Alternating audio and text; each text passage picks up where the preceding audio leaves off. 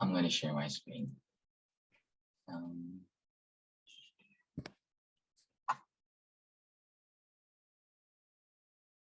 All right, you guys see it?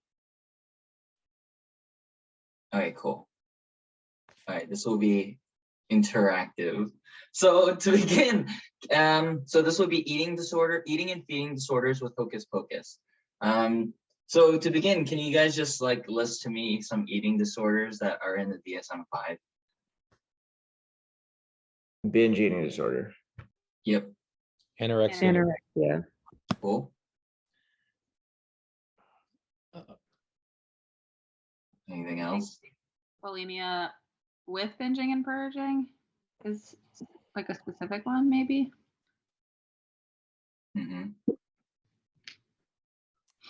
Binge eating disorder. So Yes.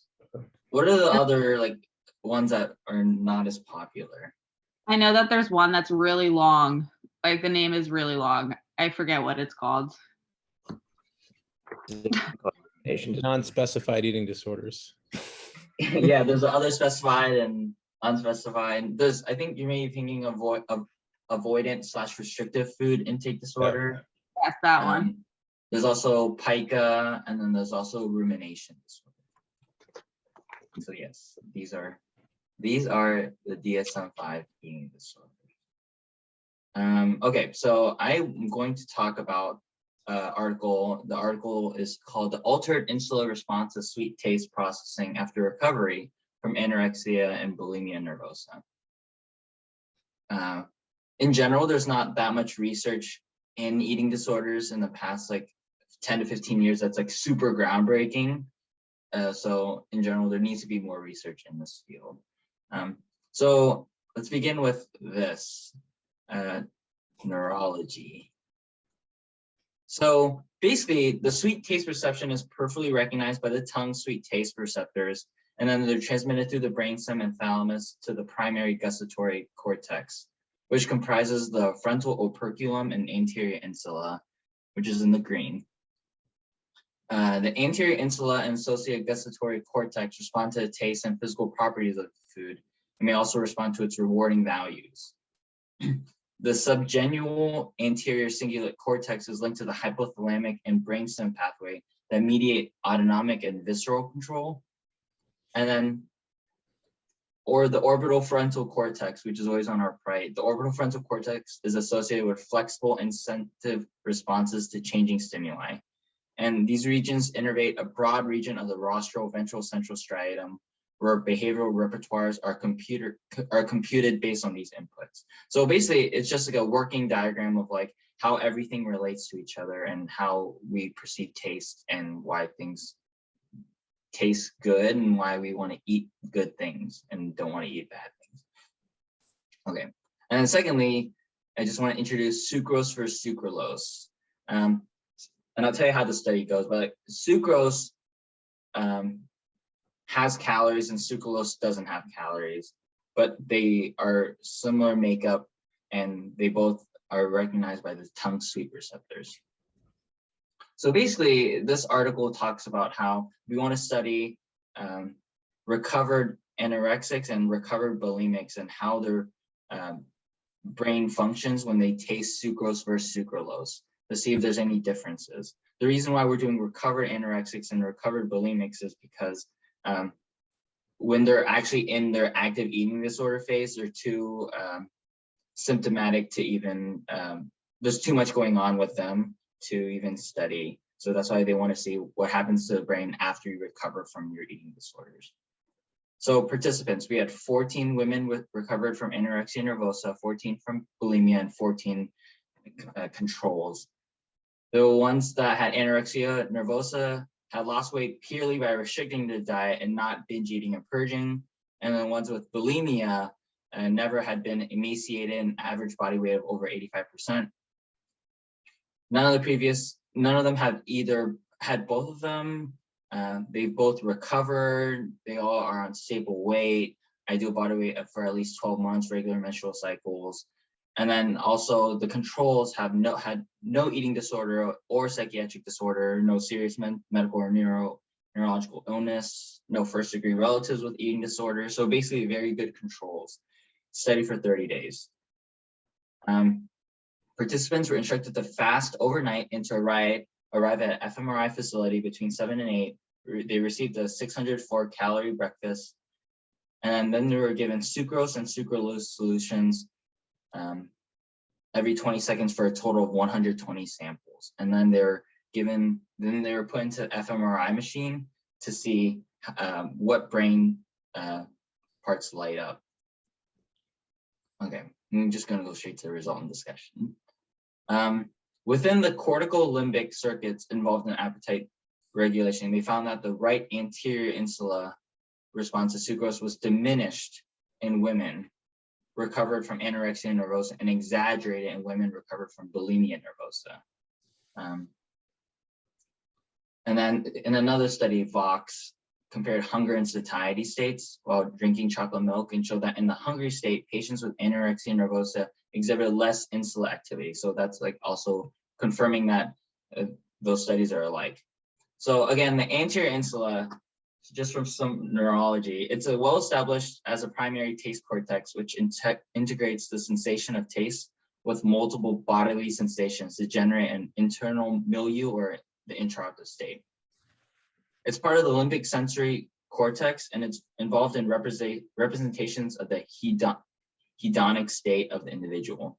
Thus, when you alter this neural signaling in the anterior insula, it could show dysregulation of the am I saying that right? Hedonic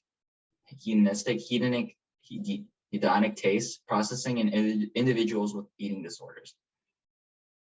So I know this is like really wordy, but I'll get to like the main parts of it.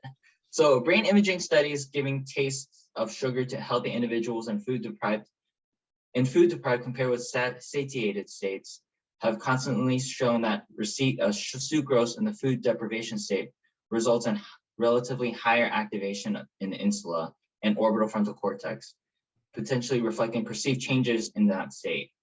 So in this study, subjects were fed this like small meal and then put into fMRI, but we can still show some correlations. So in anorexia nervosa, the relatively lower activation of the insula signal suggests a signal consistent with relatively high satiation. So basically it's saying because when they eat, their threshold to activating the insula is so low that they get full faster. So in just the way that they perceive when they get full, they get full immediately because of the lower activation of the insula. Yeah, reflect the hunger signal that is attenuated compared with a fast state.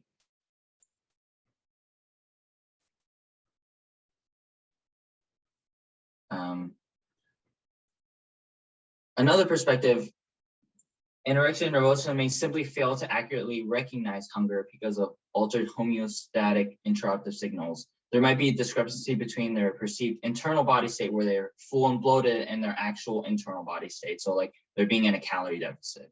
As I was saying, like they just by eating, they might feel like they're full, but they're not actually eating enough calories, causing them to avoid food because they feel like they're full.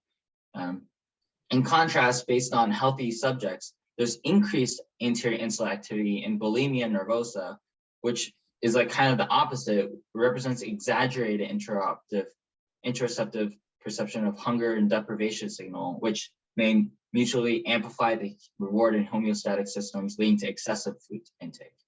Does that make sense? Okay.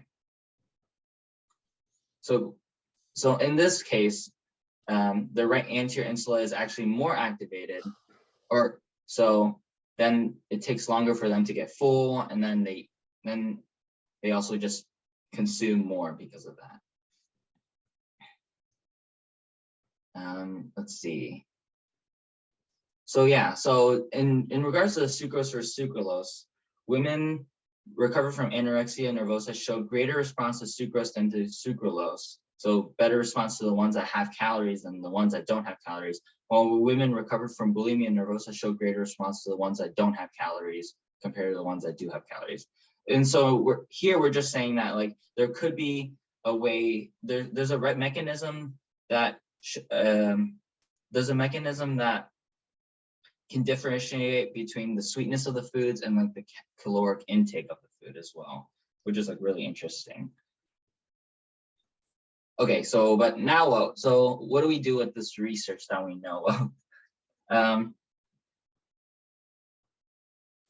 So again, attenuated anterior insular response in anorexia nervosa and the exaggerated response in bulimia raise the possibility that these disorders comprise respectively of overly rigid or highly unstable neurorepresentation of internal feeding states at the junction of feeding and possibly emotive decision making.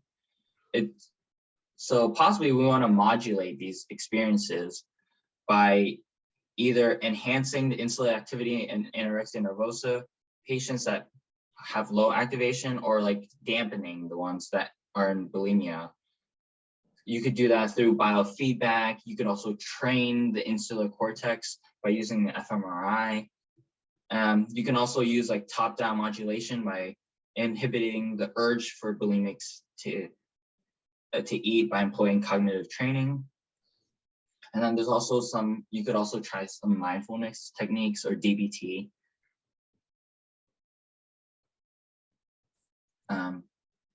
From another perspective, if individuals with anorexia nervosa have an overly active satiety signal in response to palatable foods, it may be worthwhile to try strategies such as avoiding highly palatable foods in favor of bland, dilute, or even like foods that don't taste really good.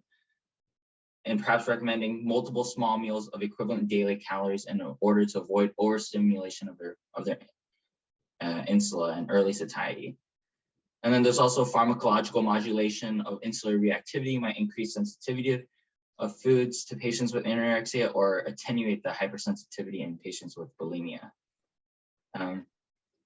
Also, in recent studies, Zyprexa enhances reward response to food and brain reward circuitry and decreases inhibition to food consumption in regions thought to inhibit feeding behavior, which is really interesting.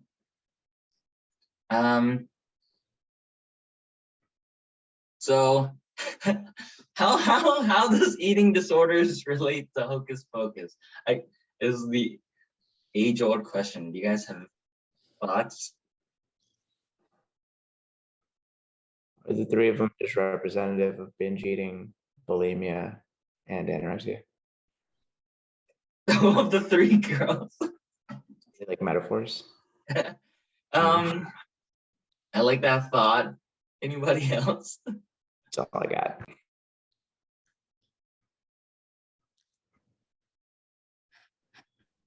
Maybe it has something to do with the candy. Like all the children are the ones seeing the witches, but then the adults see them. And so maybe it's something to have to do with the candy or something like that, because only the children seem to see the witches and not the adults. That could be it. I'm only saying that could be it because I personally don't know, but I'm gonna take a stab at it. Okay, anybody else? One more theory.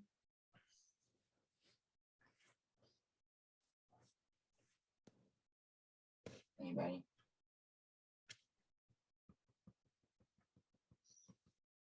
Okay. Well, okay, so what I think is it's a representation of binge eating disorder, which is this. The reason why I think it's binge eating disorder is because for the three witches, they first feast on Emily, right? And then they get banished, and then like 300 years later, they're like, I'm trying to eat again. And then all the kids from the neighborhood come in and start, and they're like, yes, I need more. And then to me, that's binge eating, because like they're eating like every 300 years. Where, I mean, normal people, you can't eat that long, but like, I feel like that's like binge eating. I watched it again, and there's like honestly not that much eating in general in the movie. I was thinking maybe like a stretch also could be they're trying to like have this potion to look young again, and that's might be like like appetite suppressant like phentermine and anorexia nervosa or something like that. But that was like, I feel like I'm gonna stick with this binge eating thing. Does that make sense? Does my binge eating like concept? Okay. So binge eating disorder. I feel like we don't really talk a lot about binge eating disorder. It's always like the big players are anorexia nervosa and bulimia. So binge eating disorder, recurrent and persistent eating of binge eating, episodes of binge eating. Binge eating episodes are associated with 3 or more, eating much more rapidly than normal, eating until feeling uncomfortably full, eating large amounts of food when not feeling physically hungry, eating alone because of being embarrassed of how much one is eating, feeling disgusted with oneself, depressed or feeling guilty after overeating, marked distress regarding binge eating and absence of regular compensatory behavior such as purging. Okay. I just have a question. Yes. Did they fast for like 300 years? Yeah. You can see that as compensatory behavior, maybe, just to throw a wrench in there. I guess. I don't know. Yeah. I don't know. That is a good wrench. Then again, when you do get banished for 300 years, Yeah, it's fair. you get Not feel really like their you don't have thing. a choice. It's a good rebuttal. Good rebuttal. Okay, bed. People with binge eating disorder consume large amounts of food at least twice weekly and experience a loss of control over their eating. Bingers usually eat until they are uncomfortably full, but it is not often hunger that drives the behavior. It actually starts when you're not hungry for a lot of people and often feel distressed or guilty after the episode. Some quick facts about BED, BED. It's actually the most common eating disorder. I did not know that. For some reason, I really thought it was like anorexia because that's the one that we always talk about. But it's actually binge eating. In adults, it affects 3.5% of women, 2% of men, and up to 1.6% of adolescents. In women, it is most common in early adulthood, but more common in men in midlife. Seems to affect Black people and white people more. Although most people with obesity don't have binge eating disorder, up to 2/3 of people with binge eating disorder are obese. Compared to some controls, people with binge eating disorder have higher levels of anxiety and both current and lifetime major depression. To help treat binge eating, effective evidence-based treatments are available. There's CBT, interpersonal therapy, modifiable medications, including like topiramate can help you out. Appetite suppressants like sibutramine or phentermine can help. And then also, there's one drug that is FDA approved for binge eating. Do you guys know what it is?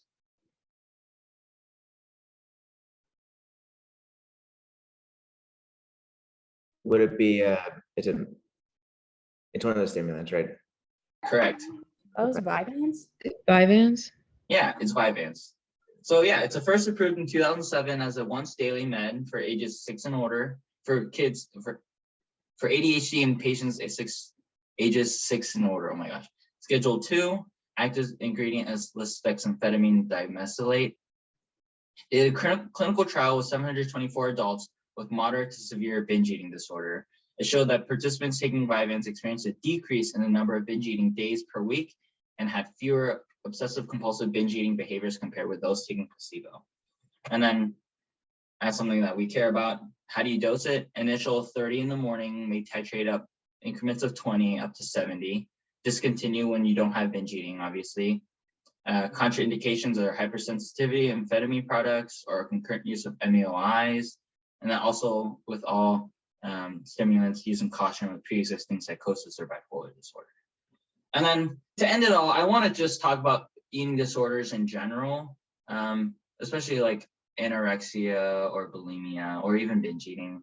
I want to stress the fact that from everything I was reading, it's truly a disease that creeps up on you. It's nobody wants to do that, but it usually ends up saying like, oh, I'm just gonna cut back on calories, like I'm not gonna eat that much, and then it actually turns into like, then it becomes more rewarding. It's very there's a lot of reward pathways, like even like not only neurologically, but also like socially.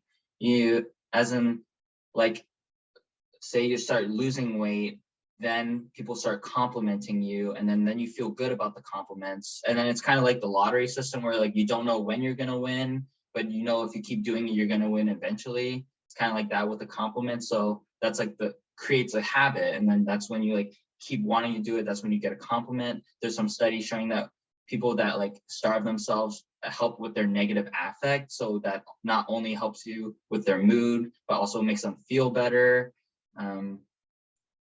Like it gets really deep into like the habit forming parts of not eating, and then especially in combination with the neurology, like you're teaching yourself that when you eat like something like a small meal, then you're full, and then why would you even eat more, because your brain already thinks you're full. And then also like socially you're getting all this positive, or is it positive reinforcement, or you get one of the conditionings that like when you lose weight you start feeling better, and that's why it's so hard to get out of an eating disorder in general.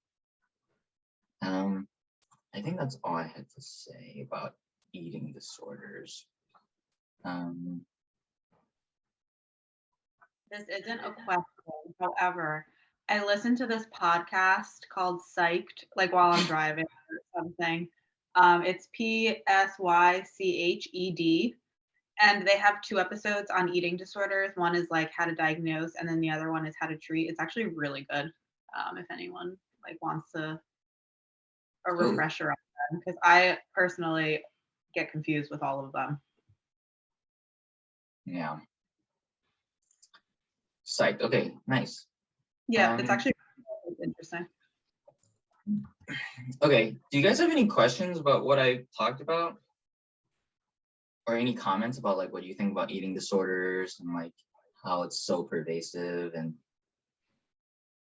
like I mean honestly, just like looking at this,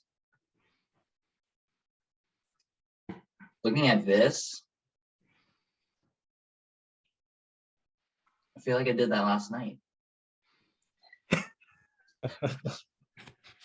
That's Do cool. you know if eating disorders are more common now? Like, are the rates going up? That I don't know, but I did read like an article saying like they're still doing research on like how on COVID and eating disorders, and like things are not looking good. So yeah. In the age range that like you see a lot of this in, because there's like so many reasons why these kind of come about, right? Yeah. I really enjoyed your presentation, Andy. I think one question that I had, which I was a little confused about, was with how we correlate it with like leptin and ghrelin. Do you know if there's like any sort of correlation between like anorexia and bulimia with the hormonal levels, or if there's a way to study like correlate it with the fMRI studies? Oh, I did not in the articles I was reading, I didn't see anything about leptin and ghrelin, but if I ever see something, I'll let you know. That's a good question about like when they feel full and stuff. But no, I didn't see that in the paper I was reading. Good question. I had a question, man. Yeah. I think one of the like the all the research you posted about like the insula, I think is really interesting, especially in consider like I just straight up forgot like what the insula kind of does.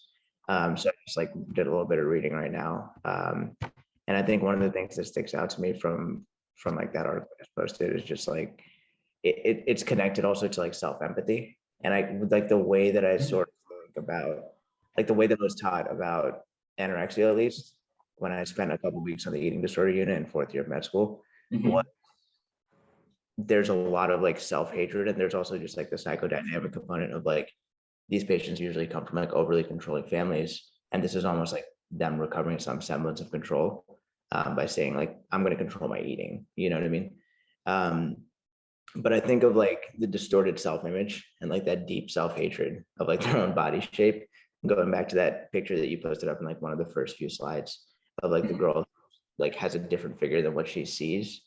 And I think it's interesting that you like the changes that you mentioned in the insula specifically with kind of how people classically view someone that has anorexia and how they view their own bodies. I think that correlation is like really interesting. So No, you Yeah. bring up a good point too, because especially with I was actually reading, this is like a little bit less relevant, but like studies have shown that over the recent years, more and more people have felt like loss of control of their life. So a lot of people have been like working out more than before. And that's like also to show like they're losing control, and like that's probably part of like not, I mean, it's not necessarily like an eating disorder, but like there's Yeah. also like body dysmorphia and things like that. Because yeah, loss of control something that they can, which is like either working out or even they're eating. I think that's super interesting, and I've never like that. That makes sense. And I think just to tie it into something random, also is like climate change psychiatry is like something that's like becoming more of a thing. And I just wonder, like, as that becomes more and more prevalent, like as more of our planet sort of burns down, and like our generation sort of has to face these issues of like of climate change and how that's going to reshape the country and the world with like rising sea levels and all of that. Generally, if there's like more of a loss of control, is that going to kind of going back to what Katarina was asking with like rates of eating disorders like going up? I wonder how that's going to affect that. That's just a random thought, but I'm like curious. You know what I mean? No, that is cool. Yeah, kind of out of left field, but I don't know. We'll see. Yeah, I also wonder if there's any studies, maybe with kids and social media and like how kids react when they don't have phones, or maybe restricted times to use the internet or social media versus Yeah. kids who are like constantly on it, constantly seeing models and what have you on the internet to Yeah. compare themselves to. Yeah, I'm sure it could be rough. I think there'll be a time. As a lighter note, Hocus Pocus 2 comes out in 2022. So yeah, that is it. Thank you for coming to my TED Talk. Any other things that you guys want to say? Great job. Great job. Presentation. You. Okay. See you at 9. Oh wait. Oh yeah. Next week we're having Dr. Topia's Halloween Trolls discussion, but he's going to be presenting. That is all. Goodbye. Thank you. Thanks.